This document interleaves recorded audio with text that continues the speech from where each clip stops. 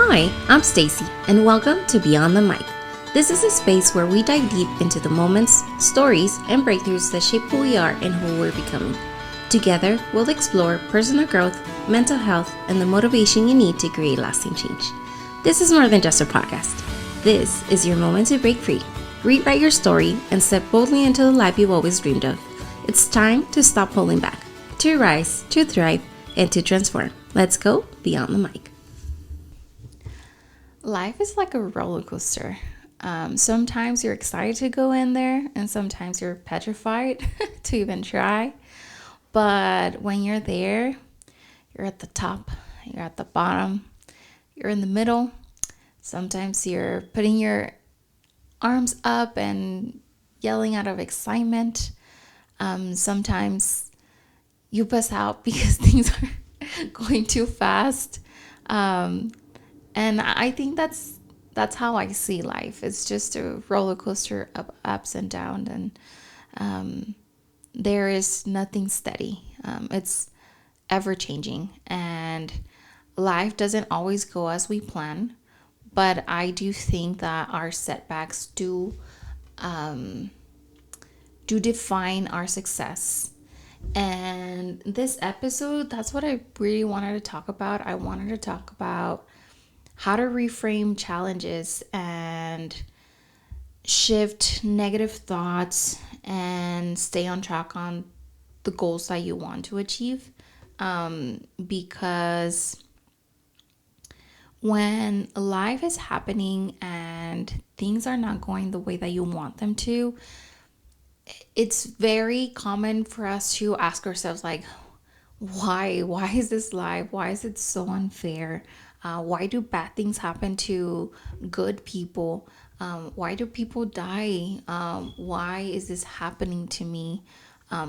Why are some people born into privilege and some don't? And it's very normal for us to ask those questions. And I also believe we do have to allow ourselves to have for the lack of a better word, have like a pity party. Because I think it's important to let go. Most of my life, I've always been taught to suppress my feelings. And if things don't go well, like, don't cry too much. If you're going through something difficult, it just stays between the family. And it's just, I think that we have to allow ourselves to just, like, I don't know, grab a bat and hit something that it's not valuable. And it's not someone, just go in your backyard and then hit that whatever thing. Go into your room and scream. And if you don't want other people to hear you, just put the pillow on your face and scream as loud as you can, just to release all all those things that are in your chest, that are very valid, that are emotions that are very valid. Because when things don't go the way that we want them to, it's difficult to navigate our feelings. So I think it's important to ask that question, why not? But at some point we have to stop focusing on the problem and more into the solution. Because then nothing's gonna get done. Nobody's coming here to save you. You have to save yourself. And I do hope that at some point in your life you do find, whether it's a spouse, it's a partner, a best friend, that allows that path to be as easygoing as it can be. But the saving has to come from you. You have to do the things that are going to make your life easier. And that spouse, that partner, that best friend, just be a support, but not be the person that you're hoping that they save you. And so that you can allow your life to happen. It's so crazy because it's already been 2 weeks since the last episode.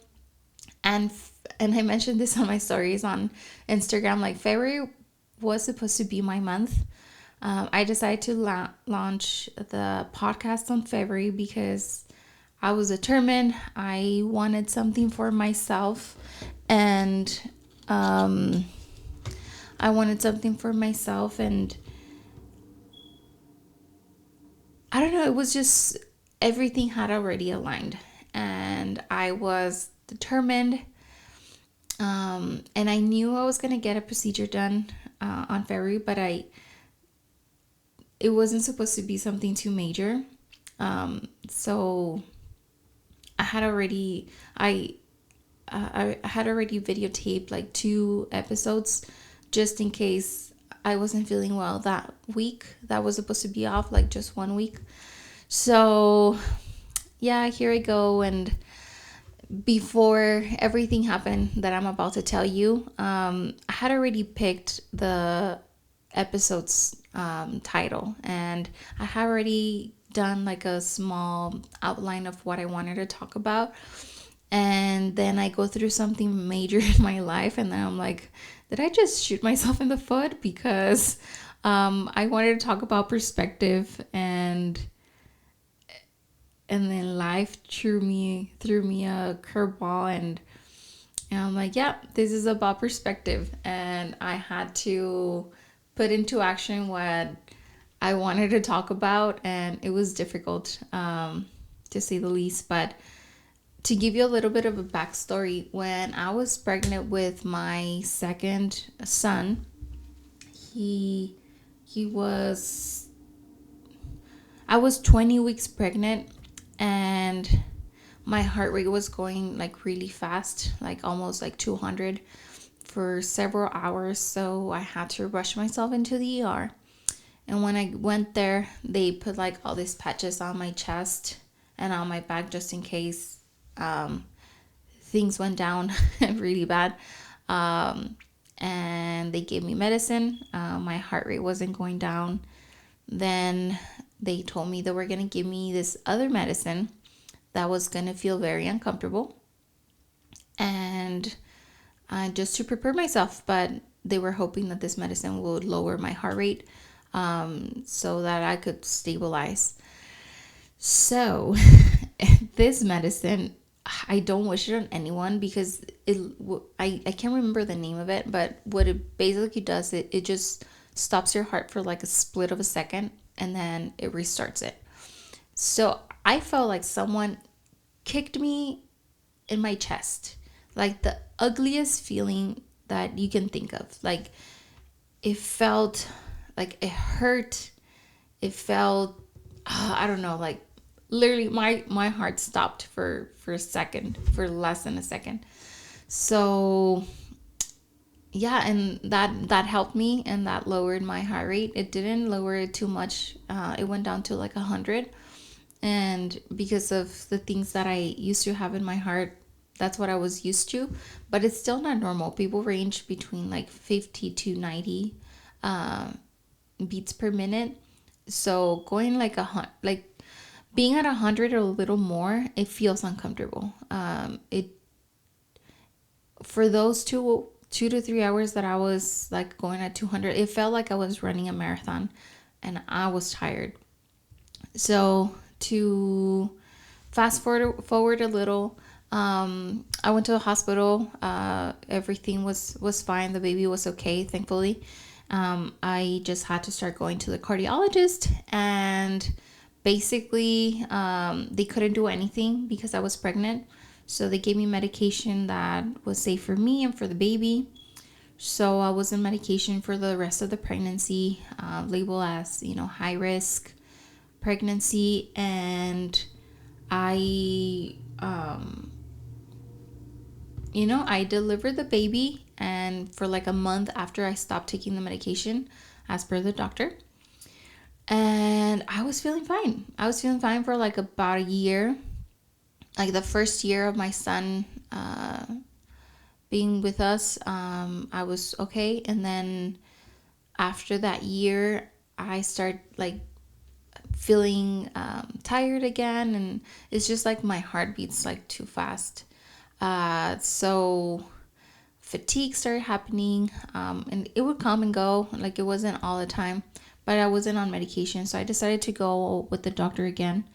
And I told him like I was tired. Like the medication, when I used to take the medication, it wouldn't help. So I don't like the medication doesn't work. So I just want this to stop. I want to feel good again. Like I imagine feeling tired all the time. Like it's not something that you wish on anybody.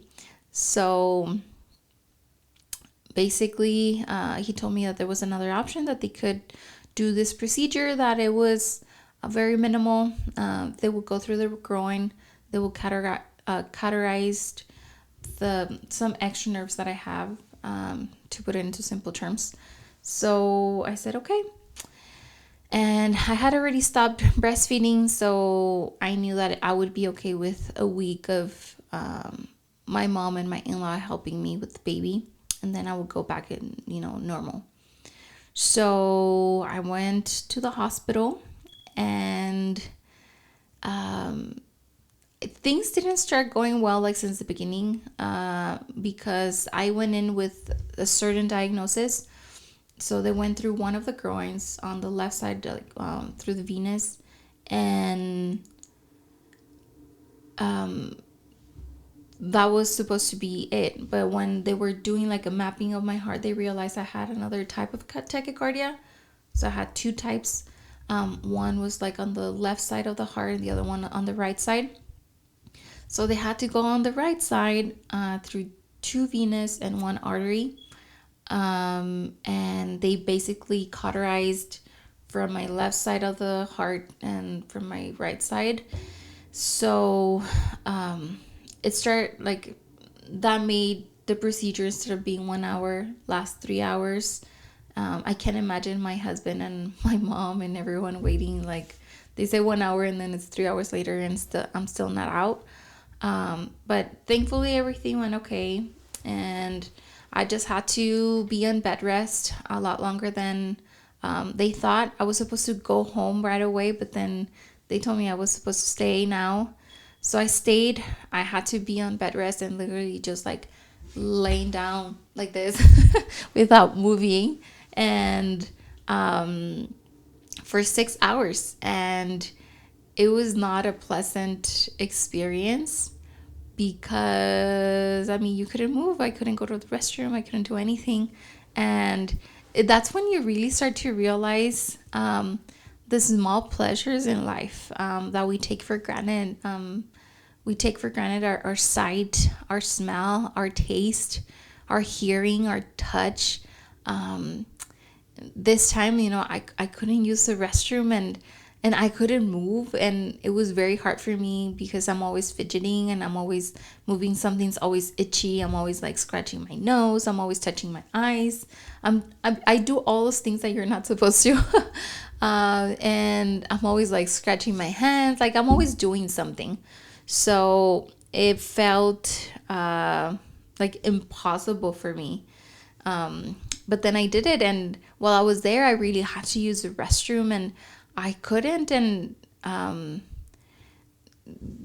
there was this weird thing that's almost like a pad, but like shaped into an like a moon, like this, and it just has a pad, and there's like this little tube that suctions everything. So they put it there so that you can go number one, and so they did that, and they're like, you can go whenever you want to, you just can't move. So I'm like there, like concentrating, and I already went through like general anesthesia, so I think my body wasn't all there either. So like as much as I was trying to concentrate and like I have to pee, I couldn't. And that was okay for the first hour, but then 2 hours, 3 hours, 4 hours passed by, and I really had to use the restroom. And they were trying everything. They gave me warm water. I put on, like raining music on the background, like so I can concentrate and do it. And I couldn't. And they did an ultrasound, and I had like a 3/4 of liquid right there, and I really had to use the restroom. And so the nurse was like, "You have to just concentrate." I'm like, "I can't." And I had to be in bed rest for 6 hours. And at the end, for the first time in my life, I had a panic attack. I felt so much pressure. I couldn't move. I didn't feel well. The anesthesia was like, I was there, but I wasn't all there. Like, I was very groggy. Um, so I don't know, like everything felt like too much. And I just felt this numbing sensation from my toes all the way to my head. And I start shaking, and then my husband starts to freak out because I'm not supposed to move. I'm not supposed to move. So it's like, don't move because things can go wrong. And I'm like, but I can't control it, and I'm just shaking. And he's just like, breathe. And so I'm started breathing, and then you can hear me like like I'm breathing like super fast, and it's like, don't breathe too like too fast. It's just breathe normal. And I'm like, I can't breathe normal. And it's just this situation in my head. And then I just like, I'm shaking, my teeth are shaking. I'm just like going like this. And oh, it was horrible. I had never experienced something like that. And my husband all of a sudden was like, okay, let me put a video on YouTube, so you can meditate. And we did this like breathing exercise where, maybe I'm saying this wrong, but this from what I can remember. But so you breathe for like 7 seconds, and you hold it for like 4, and then you release for like 8 or 10, something like that. I can't remember the times too well. But I did that, and it kind of helped. I wasn't too shaky anymore. I still felt a little like a numbing sensation. And it was controlled, quote unquote, but it wasn't really controlled. Like, I still didn't feel like well. So we're there, and it's almost like at the 6 hour mark that I was finally able to go number one.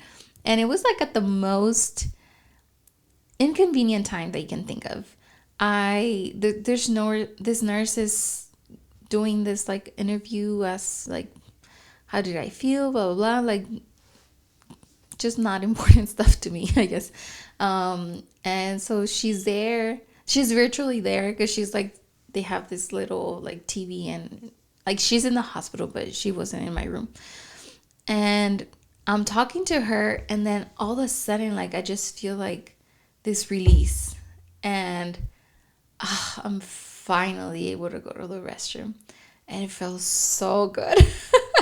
Imagine holding for 6 hours and just having like being so full of liquid and just being able to release. It felt like the best thing ever.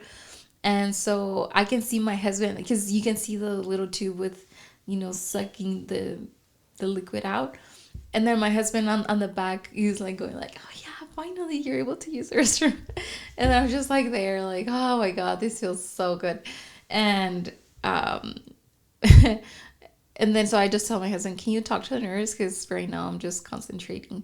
And he's like, yeah, I finished. And then so he's talking to the nurse, whatever. I'm finally able to like sit down, then try to walk and see how things are going. But that was like the first time that where I realized, like,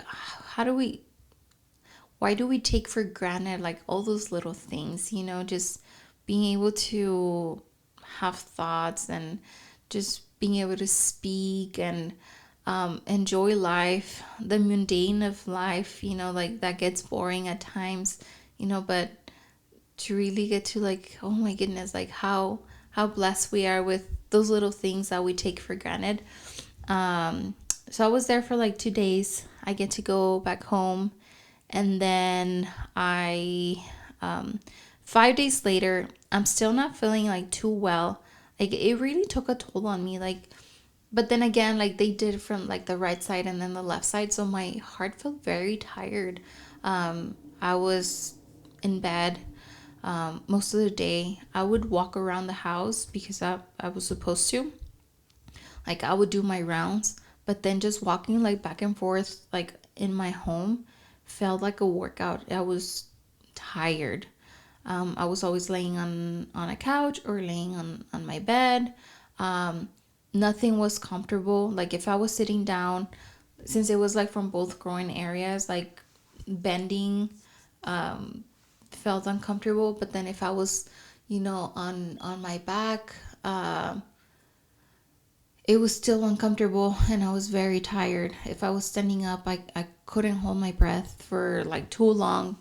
So nothing was comfortable for those 5 days.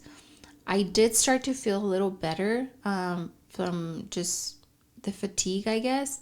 But then everything was healing like really well on my left. But on my right, where I had both like the three openings, um, it was still uncomfortable. Like I was limping, and my mom and my in-law would tell me like, what's going on? Like, why are you still limping?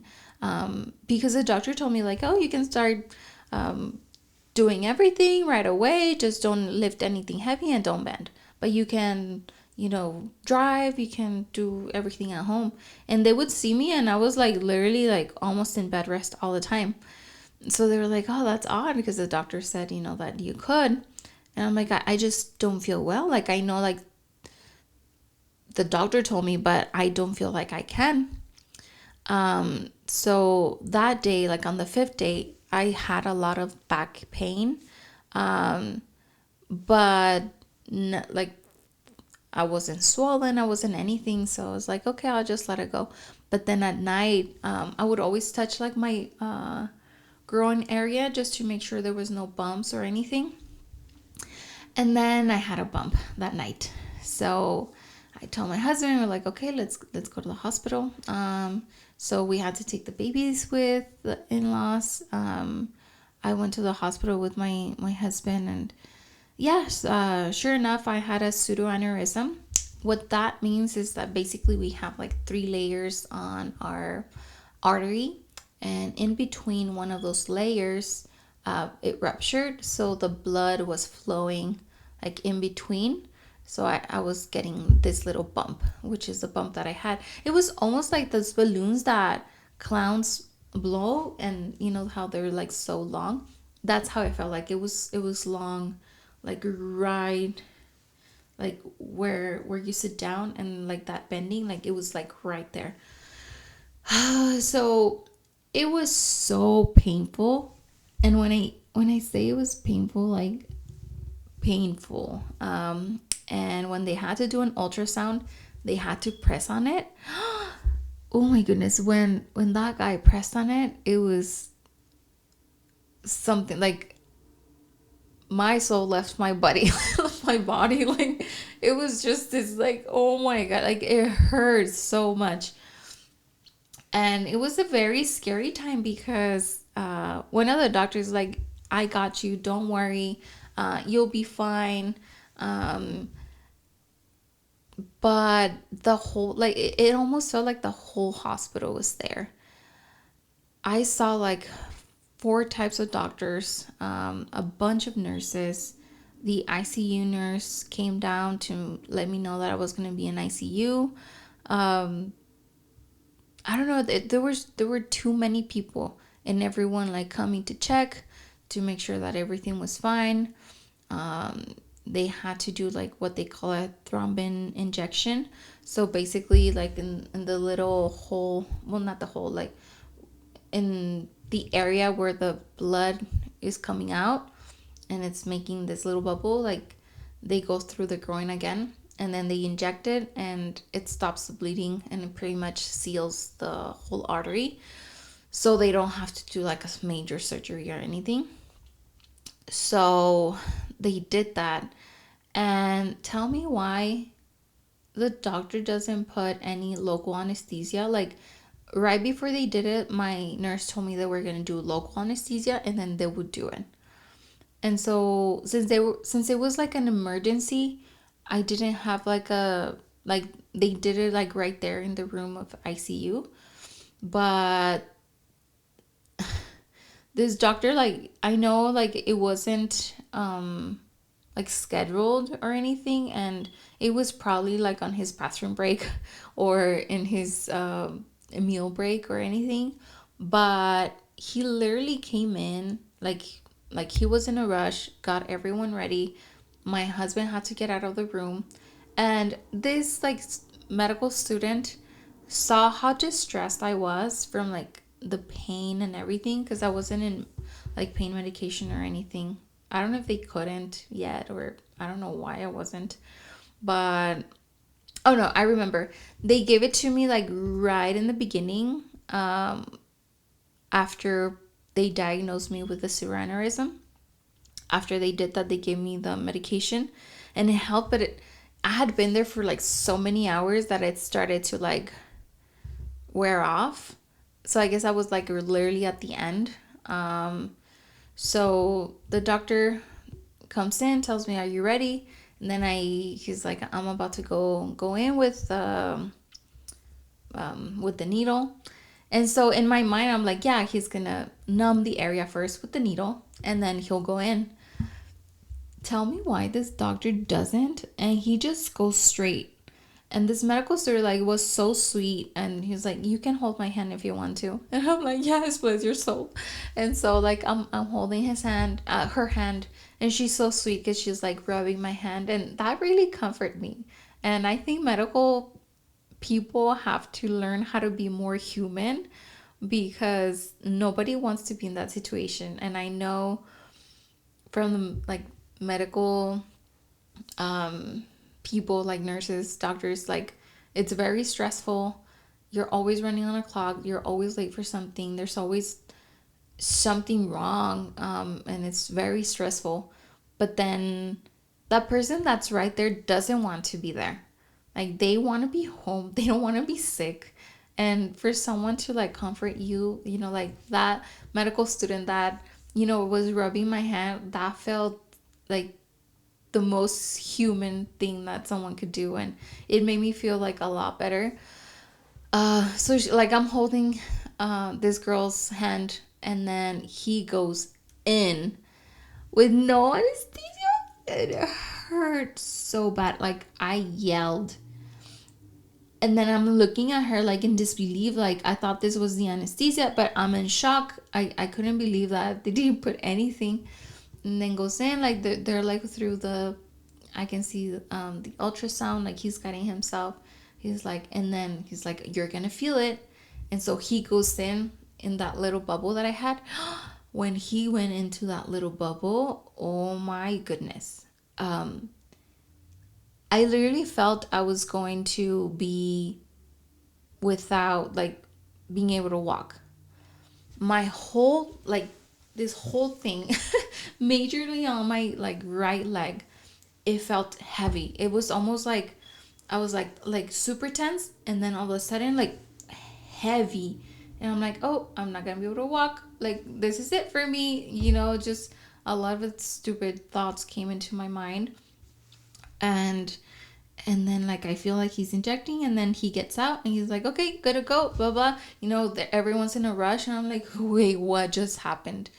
And so my ICU nurse comes in, and I'm crying, like I'm bawling my eyes out. And then she's like, "They didn't put any anesthesia." And then she's like, "Wait, what?"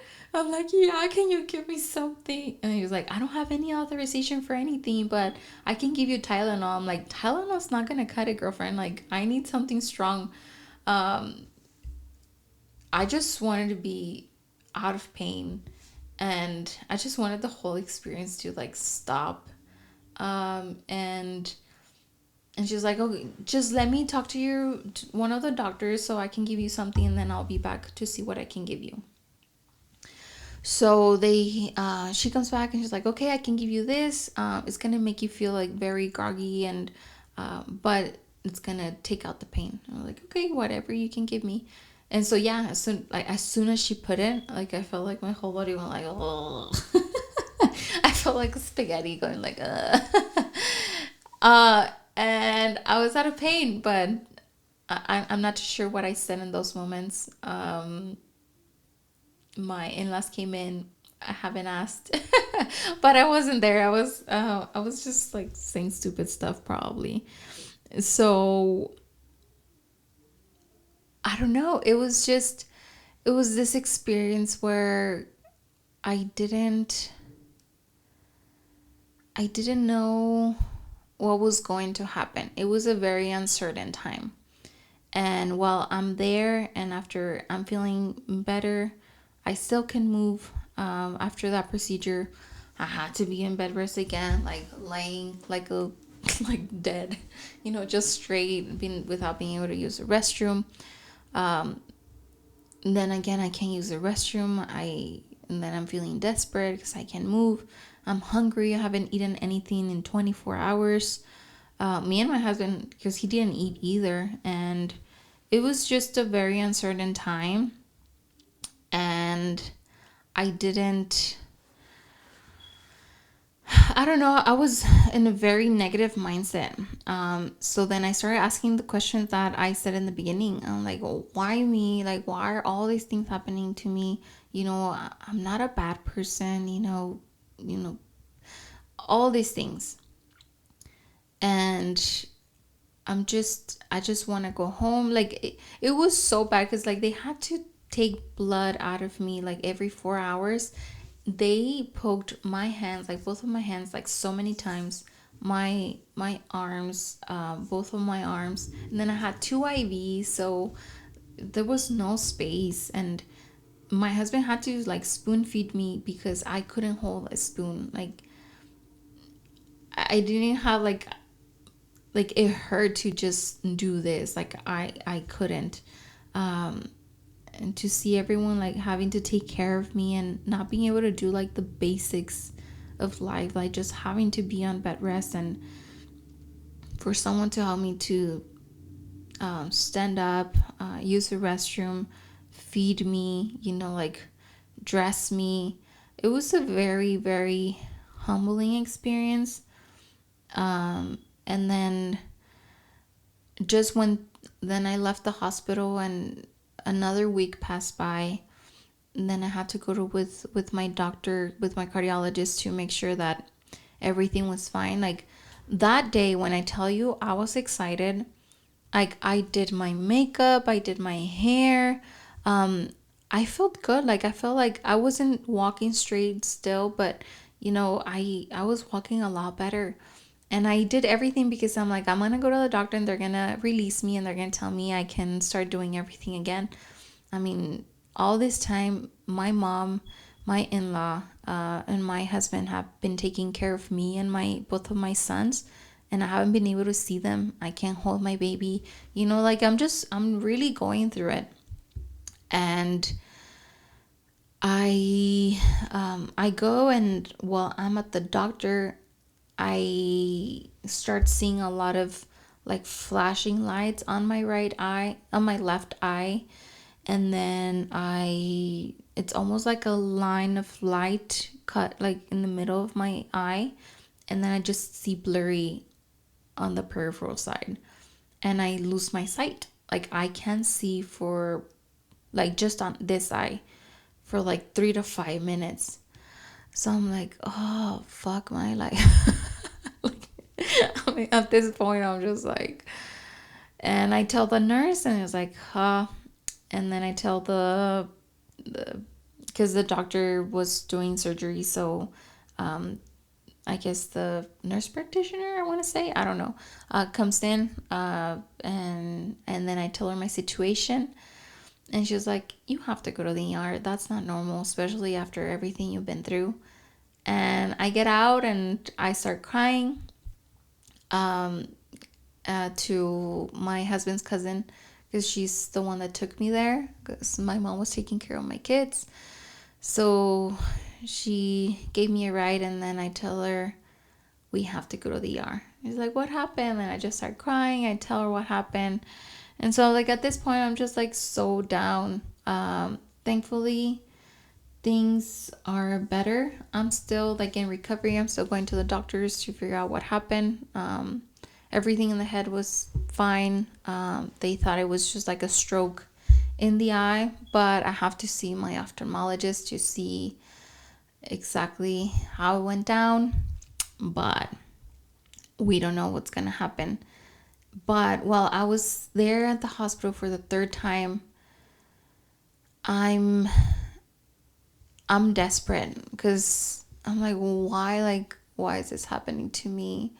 But I start being like, all of a sudden, I start being grateful for all the little things because, you know, I'm I'm so angry because they changed me from one room to another, and then this room the bed wasn't working well, and it wasn't very comfortable, and I'm uncomfortable. My back hurts. Like my groin areas are very sore still, and I'm just being, at night just talking to God in a very angry manner.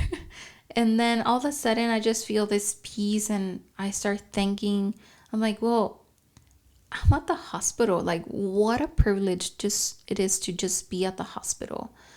What a privilege it is to have this very uncomfortable bed. I can sleep in a bed. I have this pillow that's very thin, but who cares? I have a pillow. I was able to shower. I have water. I was able to clean myself, brush my teeth. Thankfully, my mother-in-law stayed with me that night, and I have someone to keep me company, and we had a really good time where it was like really late, and this nurse was like so nice, and she's like, "Do you guys want a sandwich?" And then, I mean, we were already done eating for the day, but we're like, we both looked at each other like, well, if you have a sandwich somewhere there, like, we'll take it. And so we're laughing about that, and I just have like a really nice time with her, and just, I guess, just laughing at life stuff and just talking about life, and that made me feel better, and just being grateful for all those, like, I mean, I have legs, I can walk.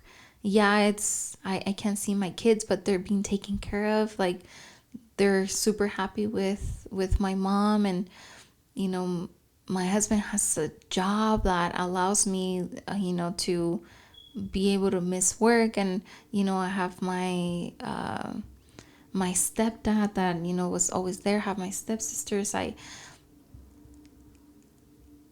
was just so blessed to be able to be in that privilege, because even going through like really bad things, like, I understand that I'm in a very privileged place, but it's very difficult to realize when you're going through it. And I mean, any situation, whether it's small or if it's big, um, it's important, but we tend to forget. And I don't know, like, sometimes I ask, like, sometimes we feel like a failure, but actually is a setup for something greater.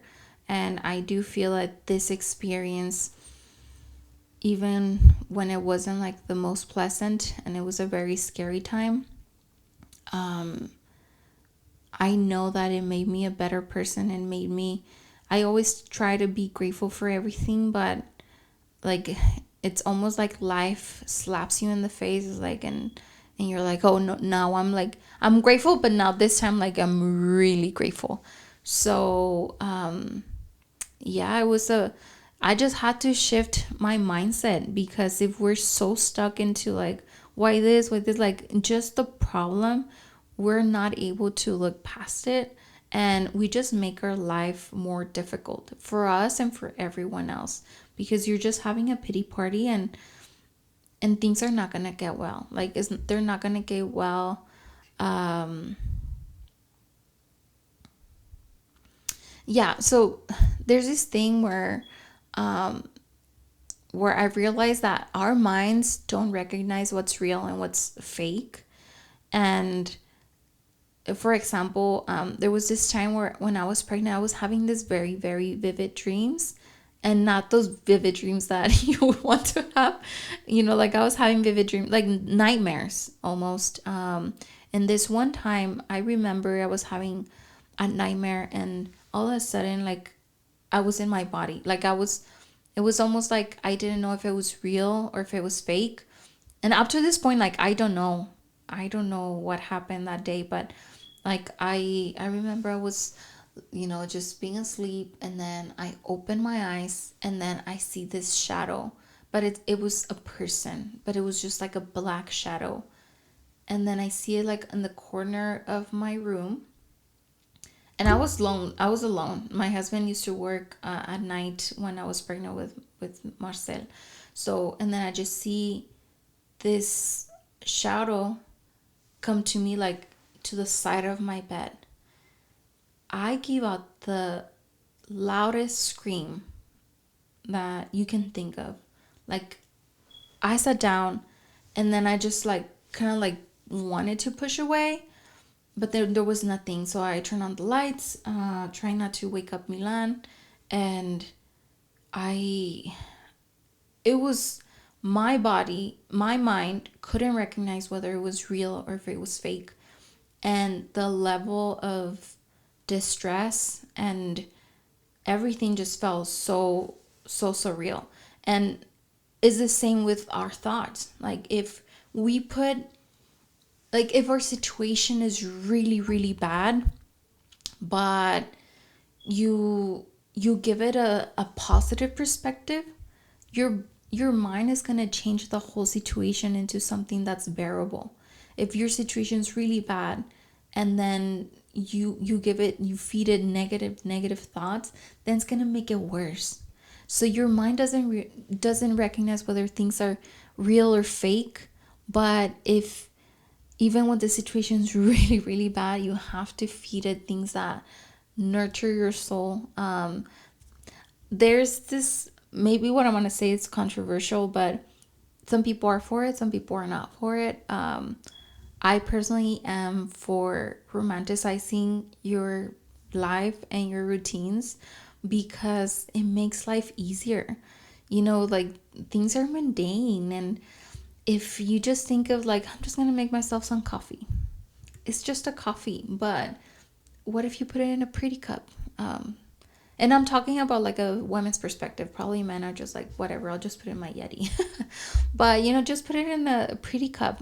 Just drink your coffee while being outside, if you have a chair, so you can take some sun. Like, what if playing with your kids, and in a very stressful day, just whatever, record yourself so you can have those memories. um, just do the little things, like making food, which is for the family, which is very tedious, doing it every day and thinking about it every day. But it's all those little things um, that make life better. And then there's this very like fancy word that it's used in psychology, and I think it's like cognitive reframing. So it's basically that. It's a technique in psychology that helps people turn negative situations into learning experiences. So basically, it's like our thoughts are shaping our emotions and our actions, which is the same thing. And I love this quote of Thomas Edison, I think, that says, "I haven't failed. I've just found 10,000 ways of that don't work." So you're not looking at failure as something like concrete, but you're just looking at it as something that is just your way of making the way, just finding the solution. So, and we all want control. I think we struggle because we either want control, we want power, but if you allow your mind to take over you, like, it will in a split of a second. And so if you want to have control, the moment you stop going with the flow, you stop letting your brain pretty much control you. You control it. You tell it what to do. You tell it what to say. You shape your actions. Take your situation, allow yourself to have that release of like bad emotions, and then go back and you're like, okay, you know what, God, God, you know what, brain? Um, I'm stopping here. I'm not letting you control me anymore. I know maybe my hormones all over the place. Maybe I'm deficient in whatever vitamin it is, but from whatever I control, I'm going to. And I control you. You don't control me. And I'm telling you exactly what to do. Um, so I wrote down, let me read this for a moment. I wrote down like some 4 things that we can do for kind of like practical steps to reframe a challenge or a difficult time in your life. So, one is like pause and acknowledge. Just pause for a second. Things are going too fast. Recognize where you're stuck in a negative thought and have your small hitting things with a bat, screaming, doing whatever you need, and then hold yourself together and acknowledge that something's wrong. 2, ask yourself questions like, why is this happening to me? What can I learn this? Is it a decision that I made that caused this? Is this a consequence of something that I did? What can I do to take the most out of this experience? And find the silver lining. Every challenge comes with an opportunity to learn, comes with something that you can take to make your life better. And 4, take action. Shift your focus from what it's lost and see what's next. Do the thing that's gonna take your difficult time into something that has value. So yeah, your story isn't over. It's just waiting for a new perspective. And I would like to see if you guys would be open to write your challenging stories. You can comment down below on my YouTube, and I'll read them, and I think we can all learn, and the people that are listening can read your stories and see what you did to reframe your perspective and how you overcame a very difficult time, why you learned from it. Maybe that's something that we can learn from other people's stories. I'm always big about just like sharing, because we can always learn from someone else. Someone might be going through something similar, and because they heard our story, they're able to approach it in a better and more efficient way that we did. So if you want to share your story down on the comments, and do a hashtag of reframe your story. And if you want to be more private, you want to DM me, we can do that. If you want me to share it, I'll share it. If you don't want to, then I can give you just like some encouraging words. And I would love to. My personal Instagram is at Stacey, STACEYYMAR, Stacey Mar with a double Y. And you can DM me there if you want to be more private. If you don't want to, just you can either tag me or you can comment down below.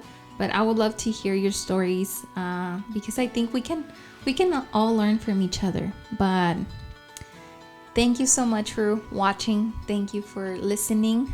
We are on Spotify and YouTube, and yeah, I would love to hear your stories. So I think it's time to stop holding back, to rise, to thrive, and to transform.